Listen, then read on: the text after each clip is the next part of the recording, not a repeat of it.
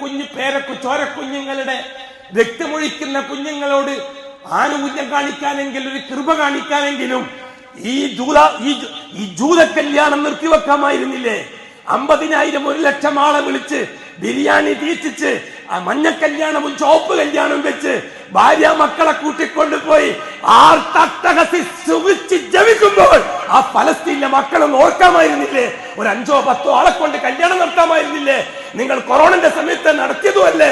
നിങ്ങൾക്ക് എന്ത് താല്പര്യമാണ് ഫലസ്തീനോടുള്ളത്? ഞാൻ ചോദിക്കുന്നു. ഈ ഐക്യദാർഢ്യം പ്രഖ്യാപിച്ച് റോട്ടിലിറങ്ങി കുഴച്ചവരോട് ഞാൻ ചോദിക്കട്ടെ, നിങ്ങൾക്ക് എന്ത് താല്പര്യമാണ് അവരോടുള്ളത്? നിങ്ങൾക്ക് എന്ത് താല്പര്യമാണ് ഫലസ്തീനികളോടുള്ളത്? അതേപോലെ കല്യാണത്തിന് ക്ഷണിക്കുമ്പോൾ ഇല്ല, ഞാൻ ആ കല്യാണത്തിനില്ല, നിങ്ങളെ ചോപ്പ് കല്യാണത്തിനും മഞ്ഞ കല്യാണത്തിനും ഇല്ല. കോടികൾ ലോൺ എടുത്ത് ഹറാമിന്റെ ബിരിയാണിയും വെച്ച് പന്തല് കെട്ടി ആസ്വദിക്കുന്ന ആർഭാടത്തിന്റെ തോന്നിയവാസത്തിന്റെ ആണും പെണ്ണും ചെറുപ്പക്കാരനും ബാല്യക്കാരത്തിയും കുതിക്കുന്ന ഈ കല്യാണം എനിക്ക് പറ്റൂല. എന്റെ ഫലസ്തീനിലെ മക്കളും മരിച്ചു തീരുകയാ. ഖത്തീബിന് പറയാമായിരുന്നില്ലേ? പള്ളി കമ്മിറ്റി പ്രസിഡന്റിന് പറയാമായിരുന്നില്ലേ? സംയുക്ത ജമാഅത്തിന്റെ പ്രസിഡന്റിന് പറയാമായിരുന്നില്ലേ? സംഘടനാ നേതാക്കന്മാർക്ക് പറയാമായിരുന്നില്ലേ? ഐക്യദാർഢ്യ സമ്മേളനത്തിൽ ഈ പാവപ്പെട്ട സാധാരണക്കാരന്റെ മനസ്സിനെ സ്വാധീനിക്കാൻ വേണ്ടി ഒരു കാലം പല്ലവികൾ പ്രസംഗിച്ചു വിടുമ്പോൾ ഇതൊന്ന് പറയാമായിരുന്നില്ലേ? ഒന്നാമതായിട്ട് ശിർക്ക് നിർത്തൂ വീട്, രണ്ടാമതായിട്ട് കല്യാണത്തിന് പോക്ക് അവസാനിപ്പിക്കൂ. ജമാഅത്ത് കമ്മിറ്റി തൽക്കാലം യുദ്ധം തീരുന്നത് വരെ കല്യാണവും ആർഭാടവും വേണ്ട. മൂന്നാമത് രാത്രി 2 മണി സമയത്ത്, രാത്രി 3 മണി സമയത്ത്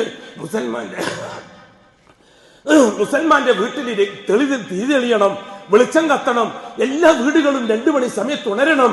എന്നിട്ട് അയൽവക്കത്തുള്ള ഹിന്ദു മതസ്ഥൻ ചോദിക്കണം, ക്രിസ്തു മതസ്ഥൻ ചോദിക്കണം, എന്താണ് നിങ്ങളുടെ വീട്ടിൽ കുറെ ദിവസമായല്ലോ 2 മണിക്ക് എണീക്കുന്നു എല്ലാവരും?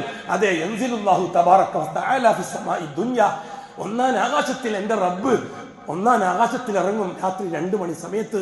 ഫലസ്തീനിലെ ചോര തുപ്പുന്ന മക്കളുടെ കാര്യത്തിൽ എൻ്റെ അള്ളാഹിനോട് ഞങ്ങൾ കരയുകയായിരുന്നു, ഞങ്ങളെ മക്കളും കരയുകയായിരുന്നു, ഞങ്ങളെ ഭാര്യ കരയുകയായിരുന്നു. പറയിപ്പിക്കായിരുന്നില്ലേ സമുദായമേ? അതല്ലേ പ്രവാചകന്മാർ പഠിപ്പിച്ച ഏറ്റവും വലിയ ബോംബ്? അതല്ലേ പ്രവാചകന്മാർ പഠിപ്പിച്ച ഏറ്റവും വലിയ മിസൈൽ? സാധിച്ചോ നമ്മളെ കൊണ്ട്? പള്ളി കമ്മിറ്റി പ്രസിഡന്റും സെക്രട്ടറിയും, ജമാഅത്ത് കമ്മിറ്റി പ്രസിഡന്റും സെക്രട്ടറിയും, സംഘടനാ കമ്മിറ്റി പ്രസിഡന്റും സെക്രട്ടറിയും 50,000 പേരടങ്ങുന്ന ആർഭാട കല്യാണത്തിൽ മുമ്പിലത്തെ സീറ്റിൽ നിന്നിട്ട് ബിരിയാണി തിന്നില്ലേ? ഒരു ഉളുപ്പുമില്ലാതെ. മാപ്പാക്കട്ടെ അല്ലാഹു തആല ഈ സമുദായത്തിന്. ഈ നില തുടരുന്ന പക്ഷം രൂക്ഷമായ പ്രശ്നങ്ങൾ ഈ പുതിയ നൂറ്റാണ്ടിൽ വരാനാണ് സാധ്യത. മുസ്ലിം ഉമ്മത്ത് ഏറ്റവും പെട്ടെന്ന് ഉണർന്നില്ലെങ്കിൽ ഷഹാദത്തിലേക്ക്